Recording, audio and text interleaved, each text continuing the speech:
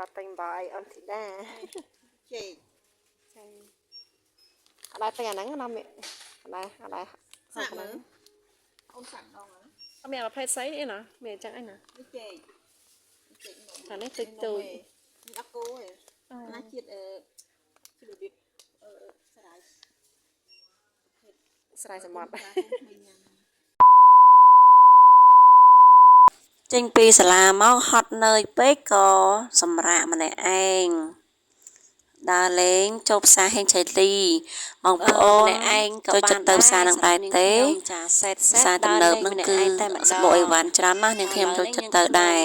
ចុះខ្ញុំថាខ្ញុំត្រទិញបបរគ្រប់គ្រងឲ្យកូនបើរបស់នាងខ្ញុំមកមានគ្រឿងកអចាអញ្ចឹងបងប្អូនសូមរងចាំទស្សនាវីដេអូរបស់នាងខ្ញុំដោយតទៅផងណាចាចង់ដឹងថាមានសកម្មភាពអ្វីខ្លះបងប្អូនសូមអញ្ជើញទស្សនាដោយតទៅស្អាតហើយនេះគឺជាបបរឲ្យកូនក្មេងណាចាខ្ញុំទិញបបរនឹងឯងឲ្យអូនធីតាខ្ញុំហើយទិញមួយគេ free ឲ្យមួយហើយនឹងទិញទឹកដោះគោចាកញ្ចប់ទូនឹងមួយអញ្ចឹងគេ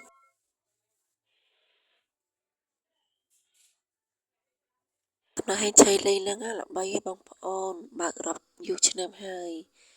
សម្បូរមនុស្សមកទិញណាហើយតម្លៃក៏សមរម្យដែរហើយមានគ្រប់មុខទាំងអស់ខាងអ្វីក៏មានដែរបងប្អូនហើយនេះជាចន្ទតដីគឺកន្លែងបបរឆាំងសម្រាប់កូនក្មេង6ឆ្នាំ6ខែឡើងបងប្អូនយើងអាចញ៉ាំបានណាតែខ្ញុំតែនឹងឲ្យអូនធីតាញ៉ាំមកកញ្ចប់ពីរកញ្ចប់ចាហើយតែអានឹងមួយគេ free បបរអង្គក្រហមនឹងមួយហើយបានមានរាប់ពាន់មុខបងប្អូនចង់បានអីមានទាំងអស់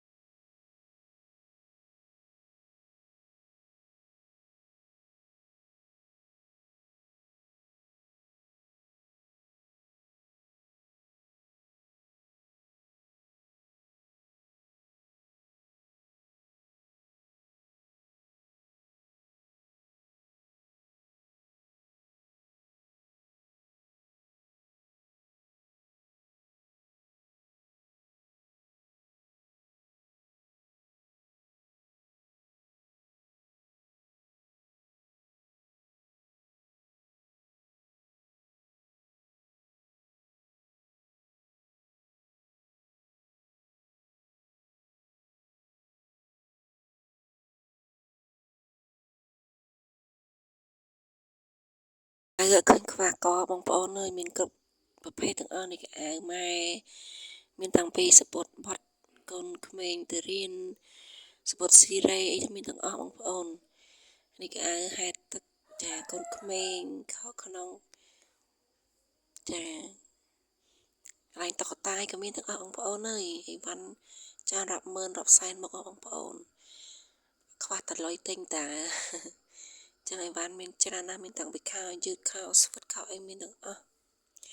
អាវក្នុងអាវក្រៅអីមានទាំងអស់បងប្អូនចានេះអាវតំណប់អាវក្នុងរបស់នារីមានទាំងអស់ខាងបរោះក៏មាននេះមានកបោបមានអីកបោបដៃបរោះអីមានទាំងអស់ខ្សែក្រវ៉ាត់អីហ្នឹង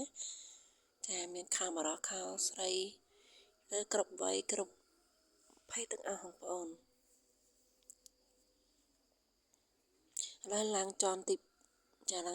2ហើយតែនេះកន្លែងកៅអៅដែរនេះកៅអៅនេះគឺកៅអៅម៉ូដសម្បូរកៅអៅម៉ូដចាកៅអៅយុវវ័យចំណាស់វ័យកណ្ដាលអីចឹងមានទាំងអស់បងប្អូនចាមានវ័យកូនក្មេងមានទាំងអស់គ្រប់វ័យទាំងអស់កៅអៅហ្នឹងណាចាមានកៅអៅតាំងពីកៅអៅ baby ក៏មានទាំងអស់ចា នេះសិតតែក្អាយយឺតស្អាតស្អាតបងប្អូននេះក្អាយម៉ូតគេអាយរកខ្លាខ្មុំរកឆ្មារកអីមានទាំងអស់ស្រឡាញ់ណាតាខ្វះតែលុយបងប្អូនអើយណាមួយនៅផ្ទះក្អាយច្រើនណាស់ចាឃើញតែចង់ទិញទៀតតែពិតក្អាយមានច្រើនរាប់រយដែរហ្នឹងមានតែពីស្រោមទូរស័ព្ទមានអីទាំងអស់លោកគ្រប់ប្រភេទបងប្អូនហើយកន្លែងគាត់នឹងរៀបចំបានស្អាតបាតណាស់ឥឡូវប្លែកជាងមុនសឹង90ដឺក្រេហ្មងនេះកន្លែងគេរៀបចំតុក្កតាអីឡើងស្អាតខ្ញុំសុំថតមួយដែរនេះកន្លែងក្អាយកូនក្មេង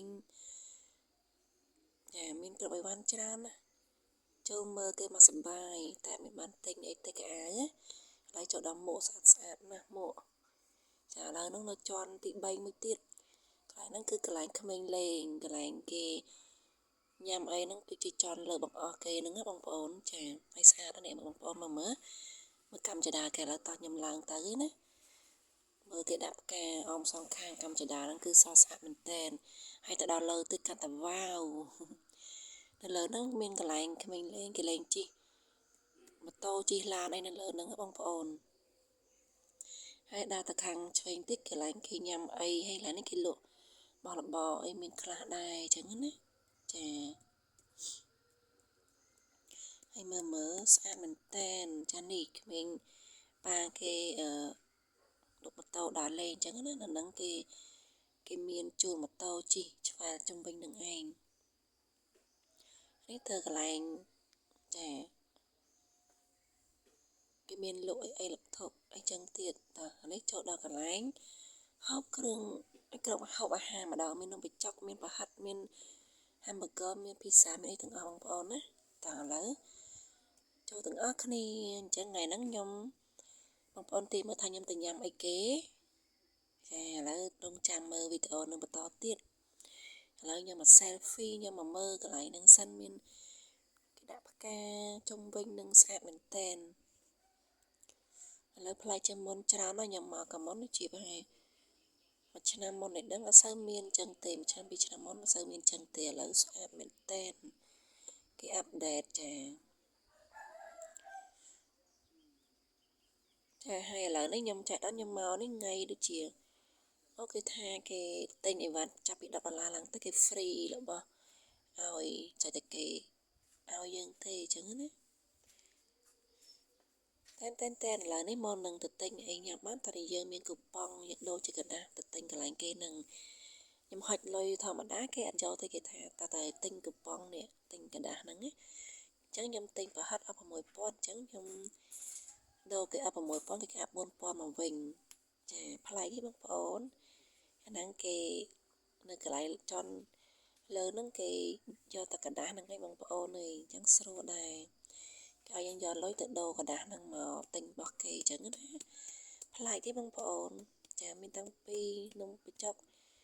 ចាតែមានបបរទេបងប្អូនខ្ញុំថាចង់ញ៉ាំបបរហើយនេះកន្លែងខ្ញុំទិញប្រហិតចឹងខ្ញុំយកឲ្យគាត់យក6000ឲ្យគាត់ណាកណ្ដាលហ្នឹងមានគេដាក់1000រៀលនិង5000រៀលនេះឥឡូវខ្ញុំចាប់ផ្ដើមរងចាំគេដាក់ប្រហិតឲ្យក៏ខ្ញុំដើរមើលខ្ញុំថតរូបទៀតដែរបងប្អូនប្រហែលជា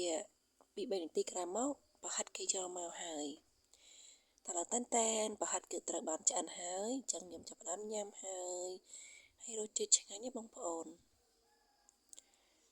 នេះគេដាក់ផ្កាដាក់ភ្លើងឲ្យស្អាតមែនតើមានអំពូលភ្លើងឲ្យលោកស្រស់ស្អាតហើយខ្ញុំញ៉ាំម្នាក់ឯងខ្ញុំញ៉ាំយកចាហើយថ្ងៃហ្នឹងកាន់តែពិសេសទៀតគឺចៃដន្យគឺថាខ្ញុំទេមកគាត់ថាចេញប្តីរបស់ខ្ញុំគាត់មកលេងផ្ទះហើយអញ្ចឹងខ្ញុំស្គាល់ចិត្តមែនតើខ្ញុំក៏ញ៉ាំនឹងហើយខ្ញុំគាត់ថាចេញខ្ញុំចង់វិចទៅផ្ទះចង់ទៅផ្ទះឆាប់អញ្ចឹងណាទៅជួបប្តីអីចឹងទៅមើលកូនសម្លាញ់